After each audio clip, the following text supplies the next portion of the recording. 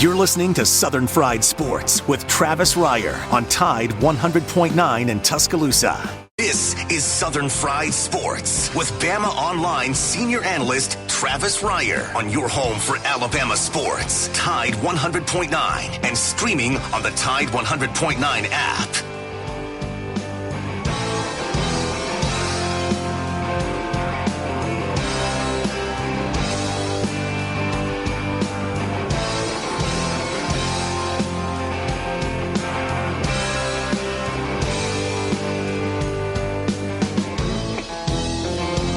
If I make it through this year, I think I'm gonna put this bottle down.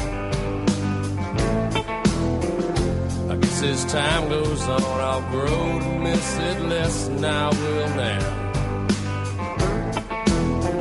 And I think I'm gonna tell her that I'm gonna go away for a while, till I can get this demon out. It is 11 a.m. on a Thursday morning. It is time once again for Southern Fried Sports on your home for University of Alabama Athletics, Tide 100.9 FM. Travis Reier, senior analyst for BamaOnline.com, part of the 247sports.com network, with you each and every weekday morning from 11 a.m. until noon. The show, as always, brought to you by Peterbrook Chocolatier out there at 1530 McFarland Boulevard North in the Indian Hills section of Titletown, USA. And it's Mother's Day coming up on Sunday. And if you haven't already taken care of Mama, fret not. There is still time. Give them a call over there at Peterbrook Chocolatier. Phone lines are back up, by the way.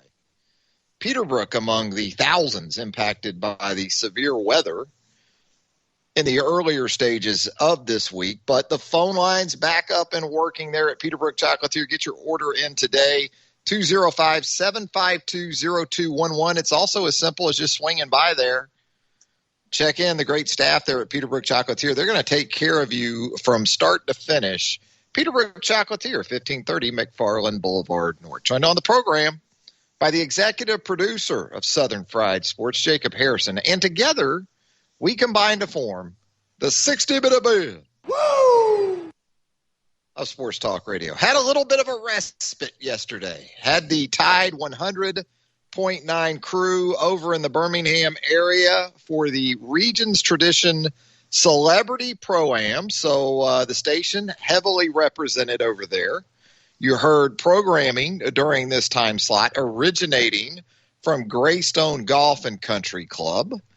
Great stuff on the radio station. But we're back on a Thursday, and Jacob Harrison, I take it that you're doing just fine this morning. I am. I'm trying to white knight for the name, image, and likeness a little bit this morning, apparently. Oh, wow. Okay. Well, you know what I did last night? I went to a Little League baseball game. I haven't done that in years, and so I didn't really know what to expect. But it was the machine pitch age level, I guess it's referred to. Now, not so much an actual pitching machine out there on the mound these days. They've got this apparatus that they can use that looks like it's spring-based. You know, they just cock this thing, they set it, forget it, and it groove strikes to the little ones, to the little guys and gals. And so I took in a machine pitch baseball game last night. Proud to report there were no YouTube viral moments among the parents and maybe, say, the umpire that was in charge of umpiring the contest. Probably a good thing it was a blowout, right? If it had been tight, who knows what the hell would have happened in the latter stages of that one last night. Between the Braves and Rays, by the way, those were your two teams, your two combatants in that 8-year-old machine pitch game last night. But you know what they had at this game? The Braves, I got to give it to them. And you people are worried about name, image, and likeness at the Power 5 level in college athletics. The 8-year-old Braves in the machine pitch league, they had walk-up music to the plate for each of their batters, Jacob. So these kids are learning early, man. They're learning early about branding, about who they are individually within the team dynamic. I hadn't seen that. That was a first for me, Jacob. Walk-up music for 8-year-olds in Little League Baseball. That's where we're at. 205-342-9904. That is the Peterbrook Chocolatier studio line. If you would like to jump on board with us on a Thursday morning, we would love to hear from you. Some takeaways from the Regions Tradition Celebrity Pro-Am yesterday.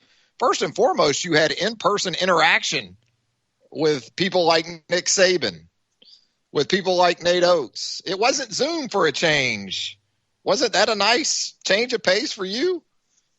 As the sports fan, that was different. That was certainly more of a return to normalcy. First time we've really seen that since probably early 2020, right? The bowl games, maybe when you had early entrants into the NFL draft for 2020 make their intentions known there before that January 15th deadline, you might have had some of that. Maybe the late signing period for football, but it had been more than a year where you were non-Zoom in your interaction. Nick Saban, I thought the big news from Nick Saban's comments yesterday, announced that he is retired from the Noontime Basketball Association. The hip, he cited, had that hip procedure a little while back. And look, I would think Nick, since he is the commissioner of the Noontime Basketball Association and he makes all the rules, picks all the teams, Nick could just sort of position himself out behind the three-point line, stay out of the mosh pit that is the paint a lot of times in those pickup basketball games.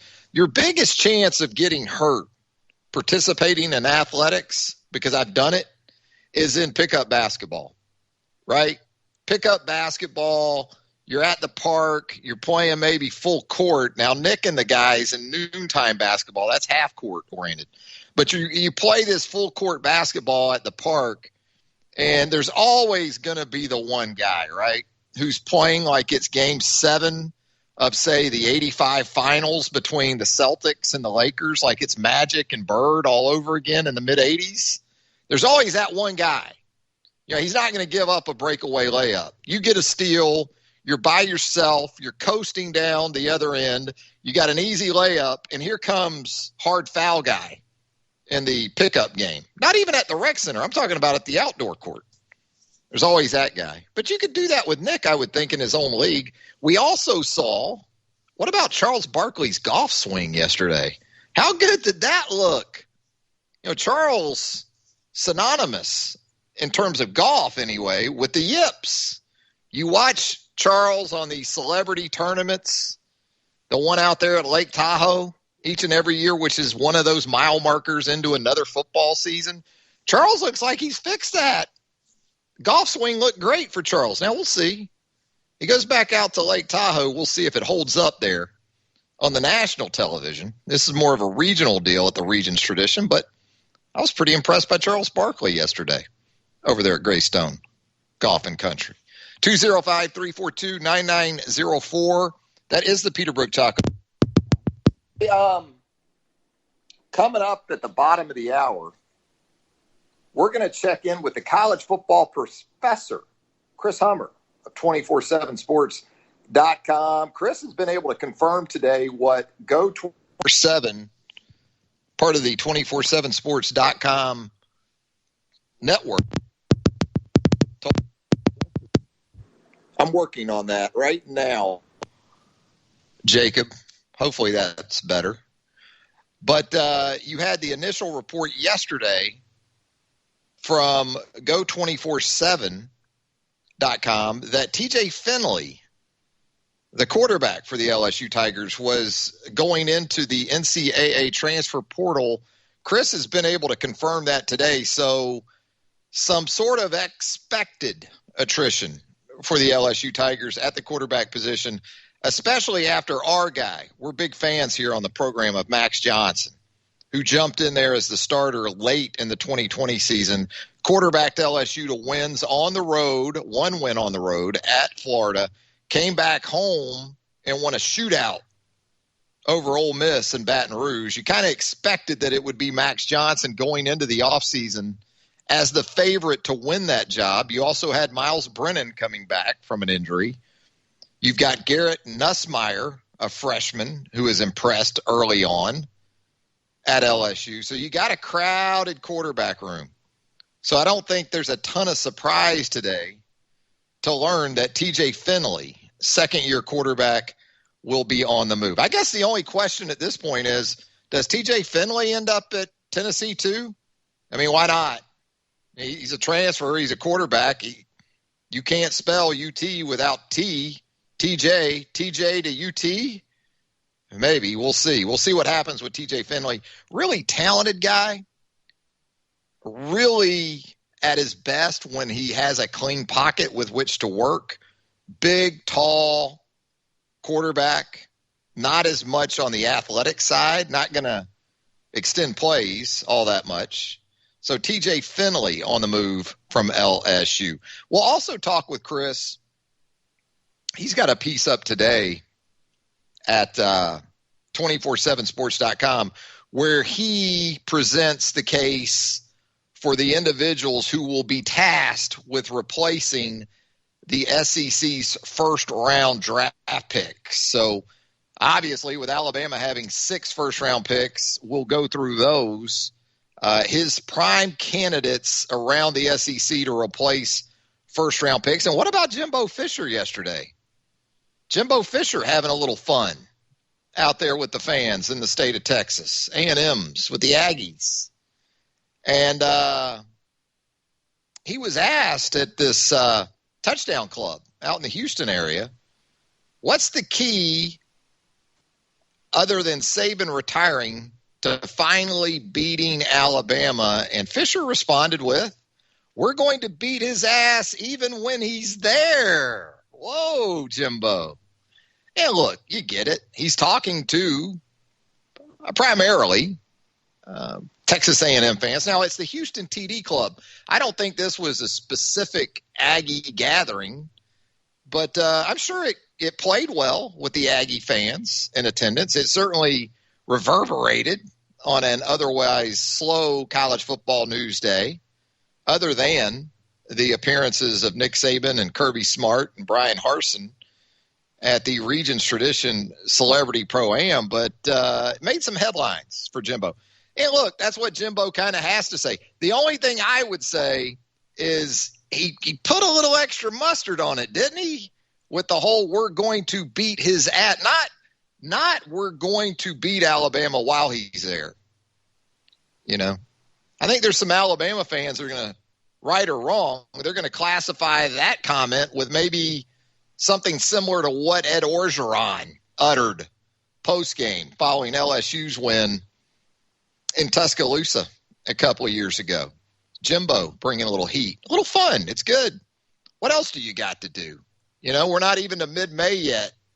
Jimbo giving us some stuff to work with here on Southern Fried Sports. We're going to step aside to our first break. When we come back, you know what else it's never too early for?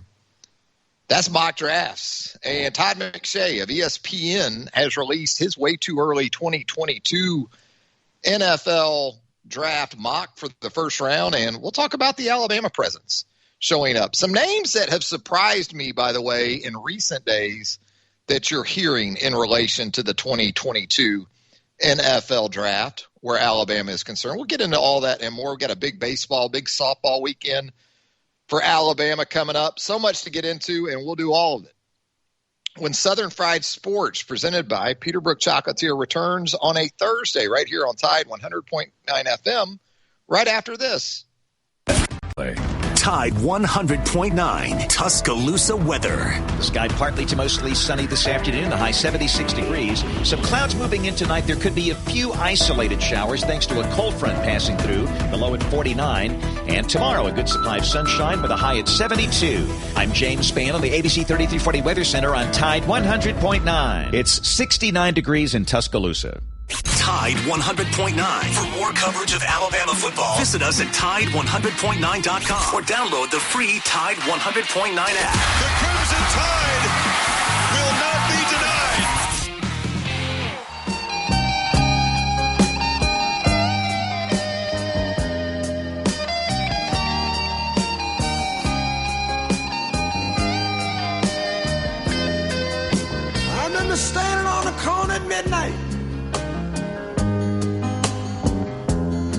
trying to get my courage up.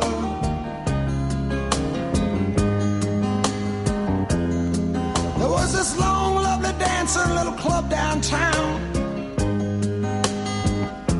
Love to watch her do her stuff. Born on this day in 1945. Through the long, lonely nights. That gentleman, she filled my sleep. Bob Seger, turned 76 years old today. First rock and roll concert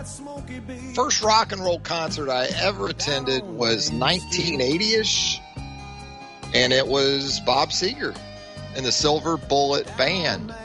I'd say that was a pretty good start, pretty good intro. And that one right there, of course, Main Street, recorded in Muscle Shoals, Alabama. Those iconic guitar riffs that you're hearing there.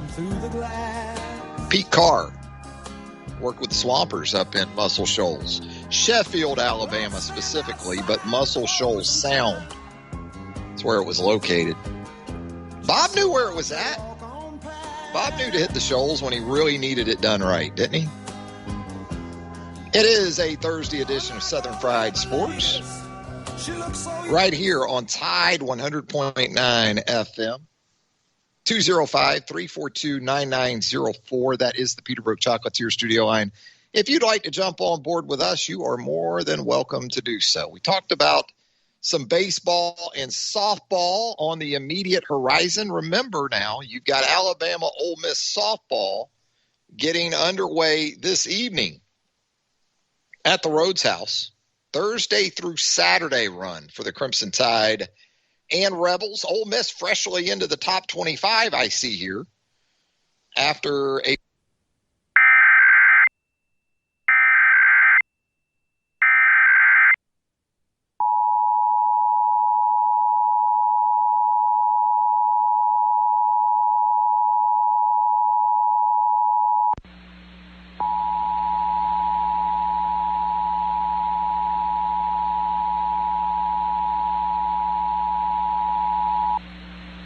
The civil authorities have issued a required monthly test for all of Alabama beginning at 11:18 a.m. and ending at 11:33 a.m. This is a coordinated monthly test of the broadcast stations of your area. We are testing equipment that can quickly warn you during emergencies. If this had been an actual emergency, an official message would have followed the alert tone. This concludes this test of the emergency alert system.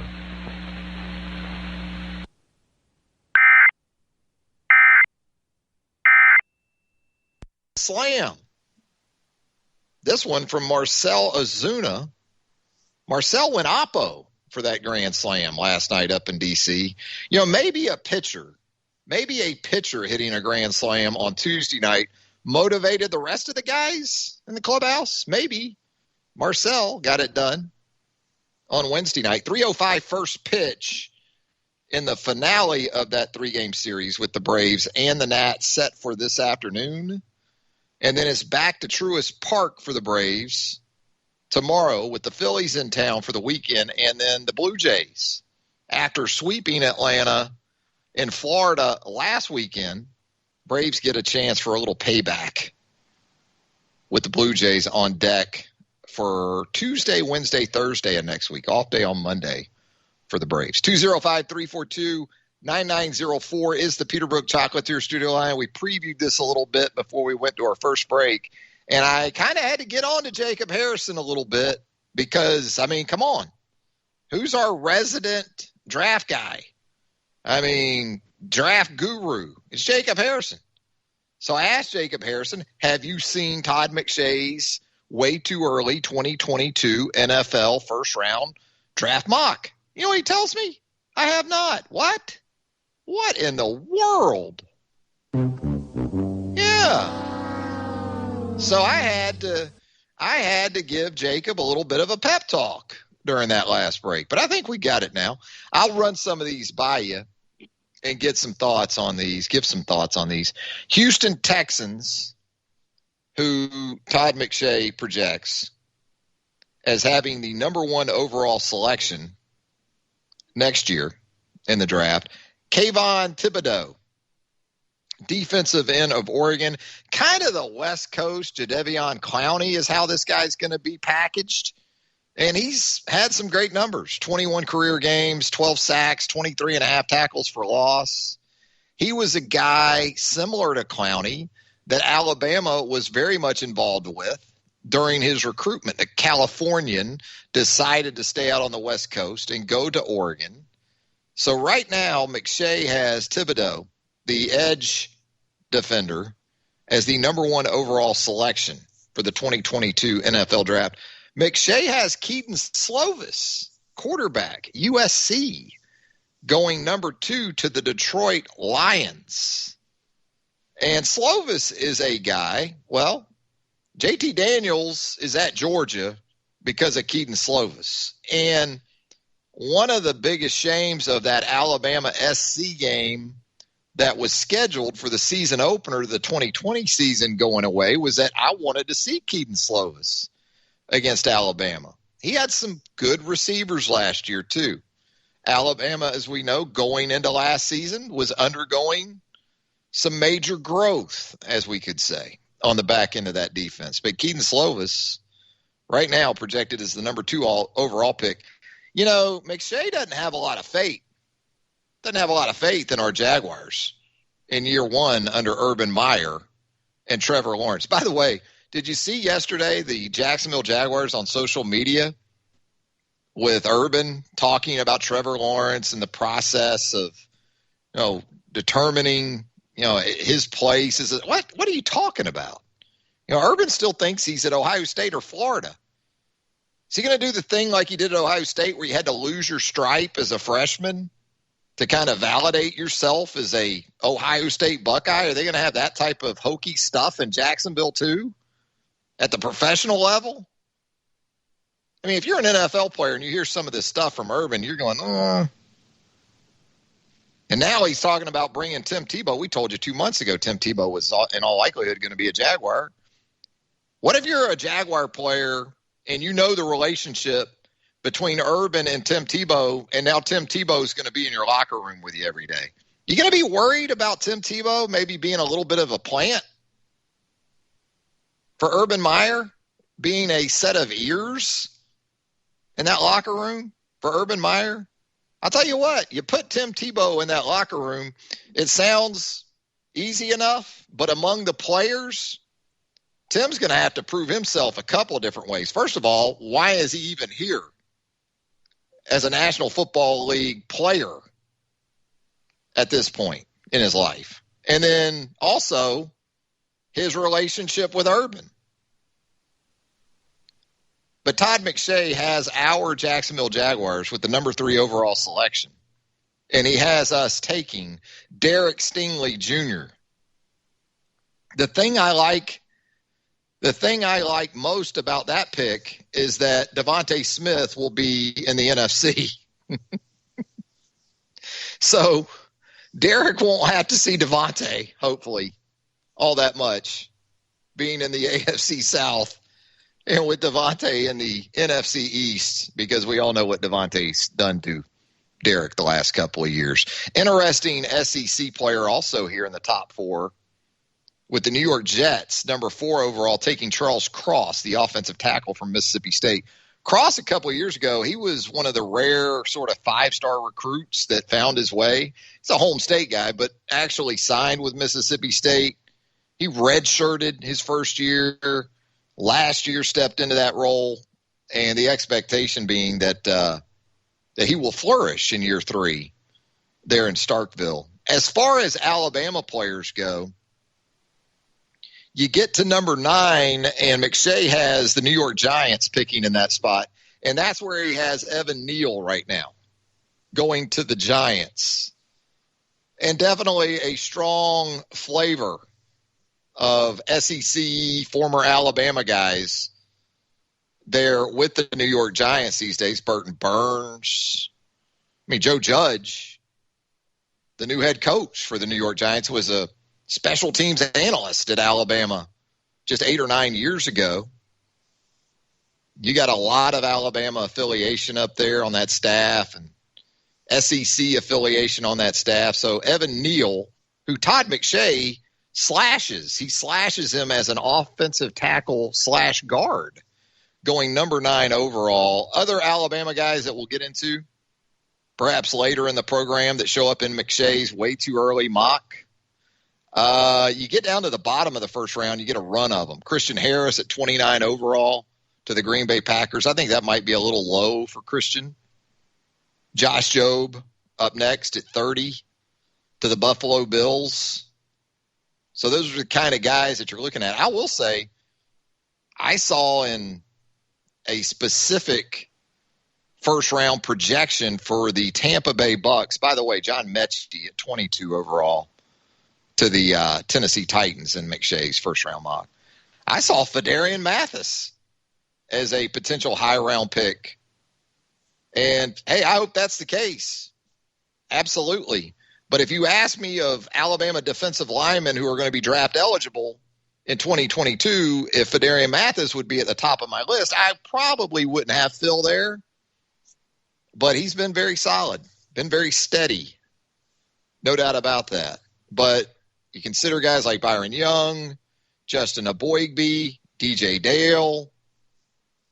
Again, maybe not as much in the way of star power for that defensive line. Tim Smith may emerge as that sort of war daddy on that defensive line. But should be very, very good collectively. We're going to head to a break. When we come back, Chris Hummer, national college football writer for 247sports.com. He'll join us. We'll talk about replacing first-rounders around the Southeastern Conference. And also TJ Finley on the move from LSU. The second-year quarterback. We'll get into that with Chris Hummer as well when Southern Fried Sports returns on Tide 100.9 FM right after this. You're listening to Southern Fried Sports with BamaOnline.com senior analyst Travis Reier on your home for Alabama sports. Tide 100.9 and streaming on the Tide 100.9 app.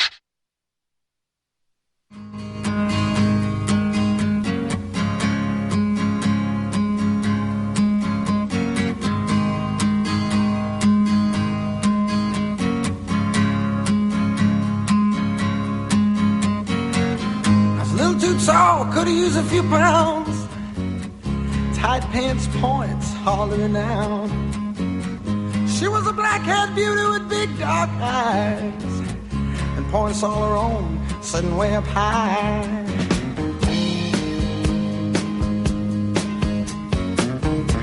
Way up firm and high. Back with more of a Thursday edition of Southern Fried Sports right here on Tide 100.9 FM. Travis Reier, senior analyst for BamaOnline.com, part of the 247sports.com, with you weekday mornings from 11 a.m. until noon. And occasionally we like to check in with our good pal Chris Hummer, senior college football writer for 247sports.com. I may have elevated Chris Hummer in his title there with the senior. I don't know if he's officially received that designation yet, Chris, but in our eyes, at this point, you definitely qualify for senior. We're giving you the senior designation. What do you think of that, Chris? It makes me feel old, man. I'm not going to lie. I don't know if I've earned that. And as somebody approaching 30 rapidly, like I don't know if I can deal with the word senior being next to my name in any context but college just this in my life. Oh, 30. Worried about 30. Those were the good old days. Enjoy it. Enjoy it while you can, Chris.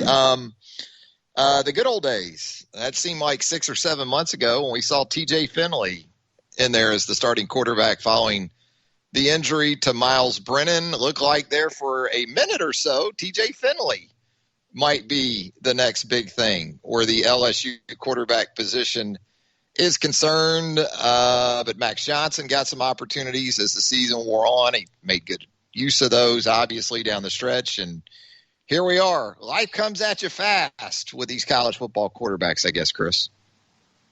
It really does. Things can change so quickly, and this is yet another example of that.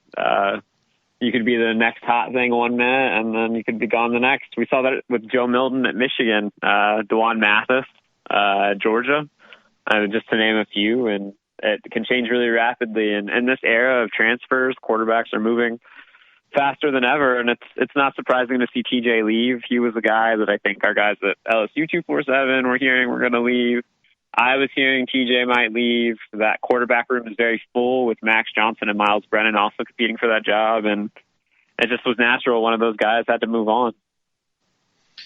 I kind of half jokingly early in the show mentioned that doesn't TJ Finley have to go to Tennessee? Isn't that what you have to do as a college quarterback these days? If you're going to move on, go to Tennessee, it seems like. I think so. It feels like Tennessee has at least a half a dozen quarterbacks from the transfer portal recently.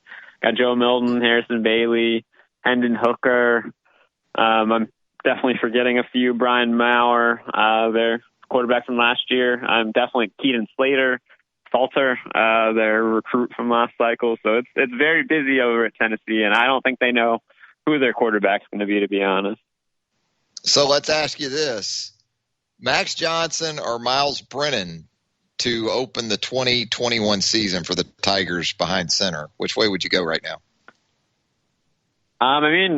Based on everything I've heard and just my eyes, like Max Johnson got the first team reps out of the spring game. I think Miles is still coming off an injury. He could very well kind of take a step forward heading into the fall, but Miles, I think Max is kind of the guy right now for LSU. That could really change, obviously, but I'd kind of put my money there at this moment.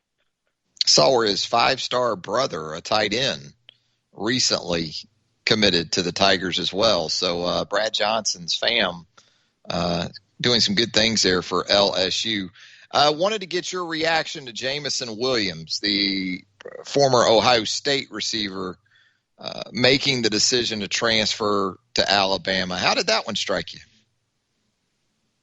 I was frankly a little surprised. Jameson is a guy who I know had a lot of interest.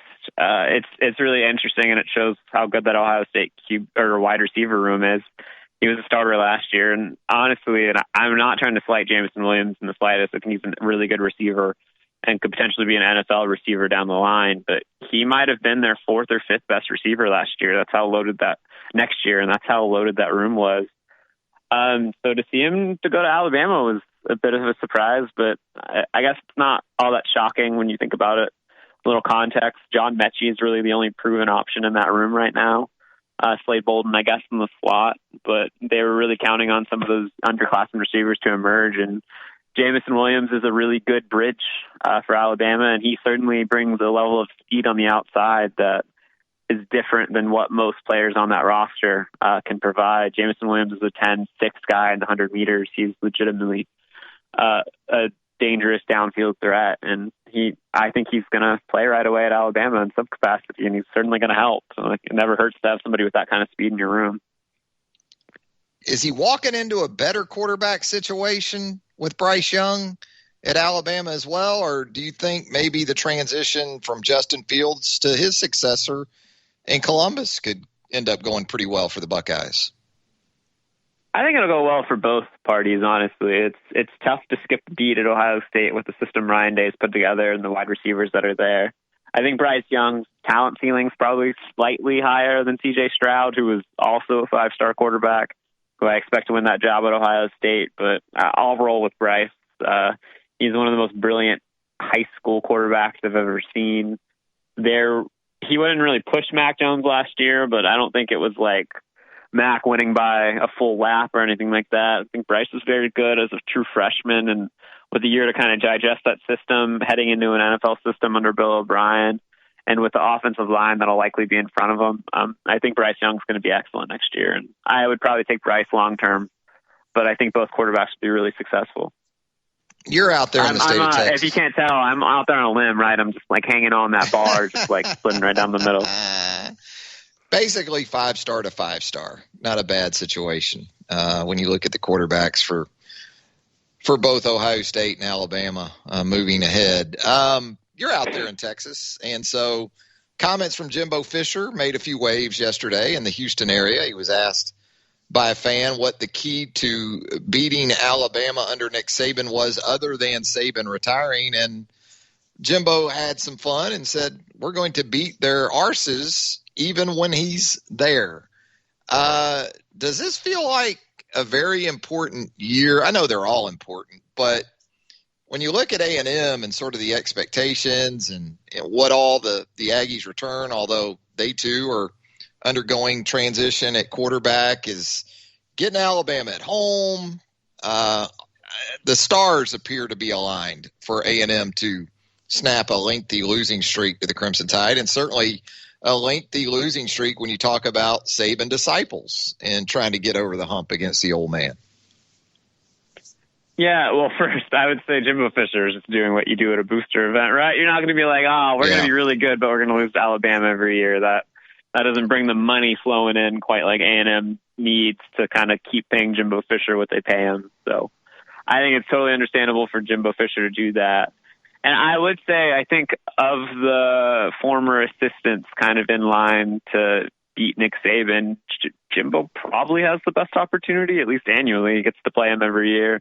And I think A&M's roster construction is at a point where they can legitimately start swinging with Alabama kind of along the depth chart, man for man, in a way they weren't able to do when Jimbo first got there, and even in a way they weren't able to do consistently when Texas A&M entered the SEC and actually beat Alabama one time with Johnny Manziel. Like, the depth wasn't there, and it's there now with the way Jimbo Fisher's recruited. What that program really needs is a roster like last year, but with a quarterback who can really elevate the program like they had with Johnny. If that happens, I think A&M is perfectly capable of beating Alabama. I don't know if I wouldn't call them vulnerable this year. They're my preseason number one, but when you consider all they lost, if you're going to get Alabama this year, I think it'd probably be this year, right? Like, and A&M has the pieces, although I worry about the offensive line and that wide receiver group. I might be taking this question in a totally different direction, but I also think Lane Kiffin's a really interesting one to keep an eye on. If anybody is going to beat Nick Saban first, I think it might be Lane, and I know that goes against what I just said, but Lane gets up and he lives for that game. He schemes better than anybody in the country. I think Lane almost beat him last year in that shootout that we saw. And I think that'll be a really interesting battle between Jimbo and Lane to kind of get that done in the SEC West with Kirby kind of looming in the background. Yeah, you talk about Kirby. If you had Alabama on a neutral field this Saturday against Texas A&M and then the next Saturday against Georgia, which of those teams going into 2021 would you like to have the best shot of beating Alabama? Would it be Kirby or Jimbo when we talk about disciples? Probably Kirby. I think that roster is in a slightly better shape than A&M is right now. A&M's offensive line situation is pretty worrying, and I know Georgia's is not quite that bad, but they also have some questions along that group. But when you consider the quarterback that Georgia has in JT Daniels, who I think is still a first-round talent, and even with George Pickens being gone, and even with Caleb Burton potentially not playing next season, I think Georgia's wide receiver group is excellent. And as long as that secondary at Georgia kind of comes together and they have all the talent in the world too, I think the answer would be Georgia still. But I think the gap is narrowing some. And last year we saw an all-time great Alabama team, and I think it's going to come down to earth at least a little bit this year. The 2020 and 2021 recruiting classes were really, really strong. But I think there's always going to be a bit of a transition from a team like Alabama had last year. And I think A&M and Georgia are both capable of beating Alabama. I wouldn't pick them to, but I think they are both capable of beating Alabama next year. Are we just totally overlooking the possibility? It's not a disciple game, but a coach who could definitely use a win over Nick Saban when you look at his head-to-head with Florida and Dan Mullen on September the 18th. I mean, before we get to Ole Miss and before we get to Texas A&M and then LSU and perhaps a matchup with Kirby Smart and Georgia in the SEC championship game, it's kind of amazing to talk about Florida in terms of a trap game. But do you see that as a potential pothole in all this maybe for Alabama? Potentially. I think anytime you play a Dan Mullen coach team, and I really appreciate coaches who can scheme things up in a way to be successful no matter who the talent is. And that's what Dan Mullen is. I think he's one of the best offensive minds in the country. I just think given everything that's leaving that program this offseason, given the questions you have on defense, even with Todd Grantham coming back for another year, I can't see that one happening. Maybe I'll be totally wrong, but I'd pick Alabama by a touchdown or two against Florida heading into next year. I just think Florida's primed for a bit of a regression, at least for a year or two. as they kind of build back up and they bring in those kind of classes that Dan Mullen needs to recruit to compete for championships consistently. As our senior transfer portalist there at 247sports.com, you know as well as anyone, though, that Dan can portal it up. And it looks like the Gators have done that once again, especially on that defensive line, adding Quan Newkirk, the Auburn transfer, got a Penn State transfer in there as well. Offensively, they've added some pieces with an emphasis on a loaded running back situation. But I guess a lot of this, as we've talked about many times before, it just goes back to the quarterback position and, you know, how much can you realistically expect from teams against Alabama if they haven't sort of proven themselves behind center. And kind of leading into that, I'm not sure if you've seen this today, Todd McShay of ESPN has his way too early first-round mock for the 2022 NFL draft up. And you kind of look at this upcoming season, you wonder a little bit about the quarterback position, but lo and behold, in McShay's first-round mock, there's 5 quarterbacks. And he's got Keaton Slovis as his first quarterback off the board, Chris, at number 2 overall to the Detroit Lions. He has Sam Howell from North Carolina going number 7 to the Philadelphia Eagles. Apparently Todd doesn't have a lot of faith in Jalen Hurts. And then it's not till 11 overall in the Denver Broncos that your guy, Chris Hummer, Spencer Rattler, comes off the board. You a little surprised by that order? I am. I think I am very surprised to see Keaton Slovis as the number 1 quarterback in that class to start. I think Keaton could be the number 1 quarterback in this class before everything's said and done. But if you watched him last year, he was very inconsistent.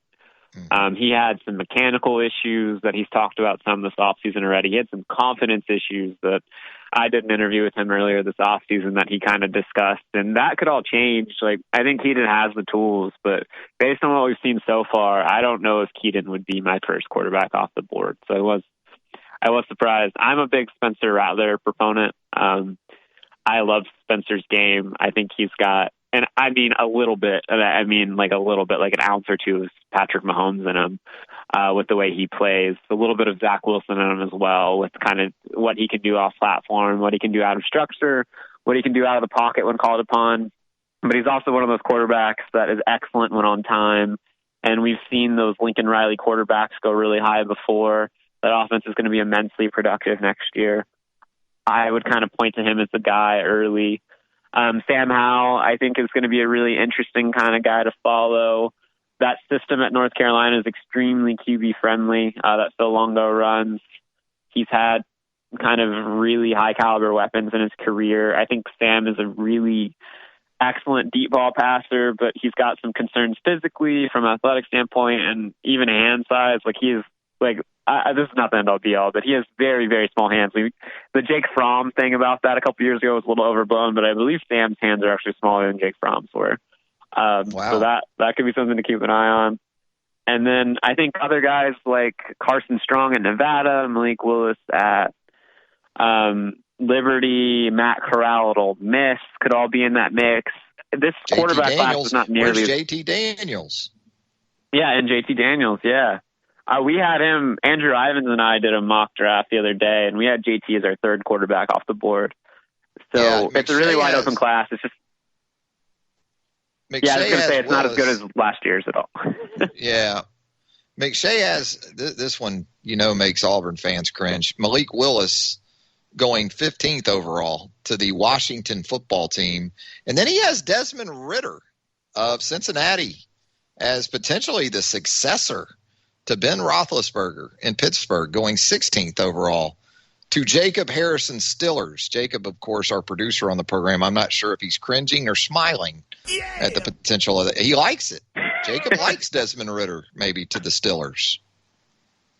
I was surprised to see Todd's not the first person I've seen throw Desmond Ridder out there. Like, not the first scout either. I think he has some limitations as a passer that I'd be a little concerned with. He got a lot better last year, but I was surprised to see Desmond that high. But he is certainly the type of athlete that NFL teams are really intrigued by. But yeah, it's a really deep quarterback class. Not quite as good at the top as what we saw last year, in my opinion. I think all of those quarterbacks that we just mentioned would probably have been the 5th or 6th quarterback drafted in this cycle. But it's a really deep class. And as you know, like the transfer portal quarterback carousel, the NFL starting quarterback carousel tends to turn, and we love talking about them.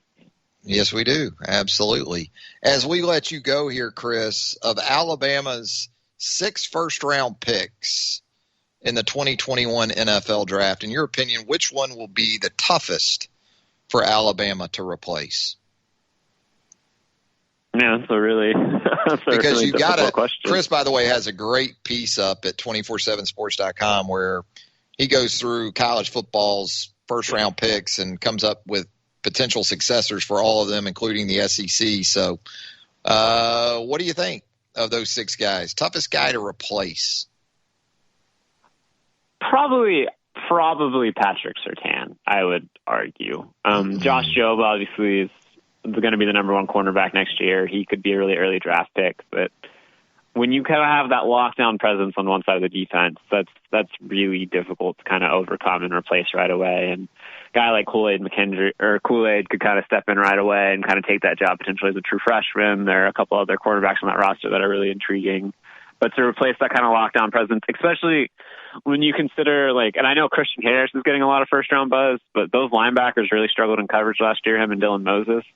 And when you don't have Patrick Surtain to race the number 1 receiver on one side of the field every down, I think that's really difficult to kind of overcome in a way that Alex Leatherwood to Evan Neal, Matt Jones to Bryce Young, Najee Harris to that deep stable of running backs isn't quite as difficult to kind of replace right away. So I would go Patrick Surtain until we see kind of what that looks like the first couple weeks of the season.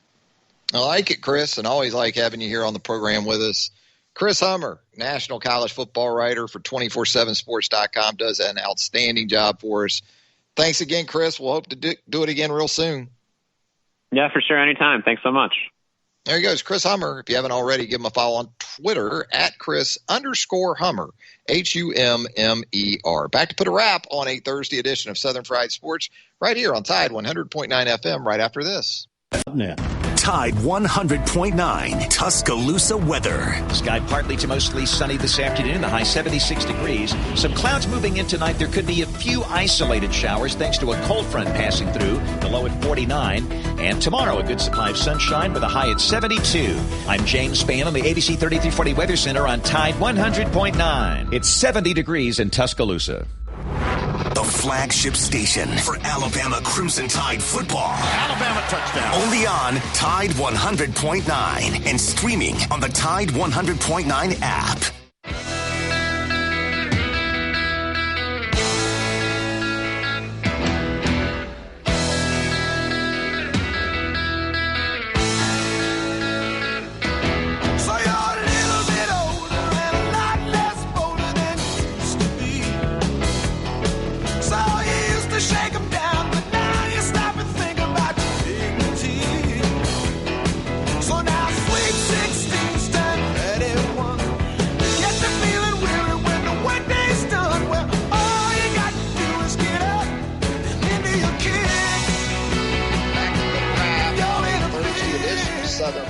Sports right here on Tide 100.9 FM. Thanks again to Chris Hummer, national college football writer for 247sports.com. Always a good time with Chris, the college football professor, as we've dubbed him here on the program. And again, self-nicknames don't count. If you got a nickname, it has to come from someone else to be legit. And so very legitimate with the college football professor, Chris Hummer. Some topics of interest as we move throughout the program today. You had a way too early first-round mock from Todd McShay. You also had the thoughts from Chris on replacements for Alabama's first-round picks. No real surprises there. I think there is sort of a domino effect with some of those guys, though, that you have to take into account. With Patrick Surtain II, you look at the corners and you say, well, Josh Jobe steps up to that CB1 role. Okay, well, who's going to be CB2? Is it going to be Jalen Armour-Davis? Is it going to be, as Chris pointed out, potentially a true freshman in JaQuincy McKinstry? Jalen Armour Davis didn't look all that interested in just handing it over in the spring, did he? Solid. Practice 1 through practice 15. Nice performance in the A-Day game. So competition at some of these spots, as we know. Running back also in that mix with Najee Harris moving on. Brian Robinson, Jace McClellan, Roydell Williams. Good group. That's going to do it for a Thursday edition of Southern Fried Sports. The lunch whistle on this Thursday. Heat Pizza Bar, downtown Tuscaloosa at Government Plaza. It is ladies' night and the feeling is right at Heat Pizza Bar, downtown Tuscaloosa at Government Plaza. Thanks to Jacob Harrison for producing it. Thanks again to Chris Hummer. Thanks to you as well. Until 11 a.m. on Friday. Have a great rest of your Thursday, everybody.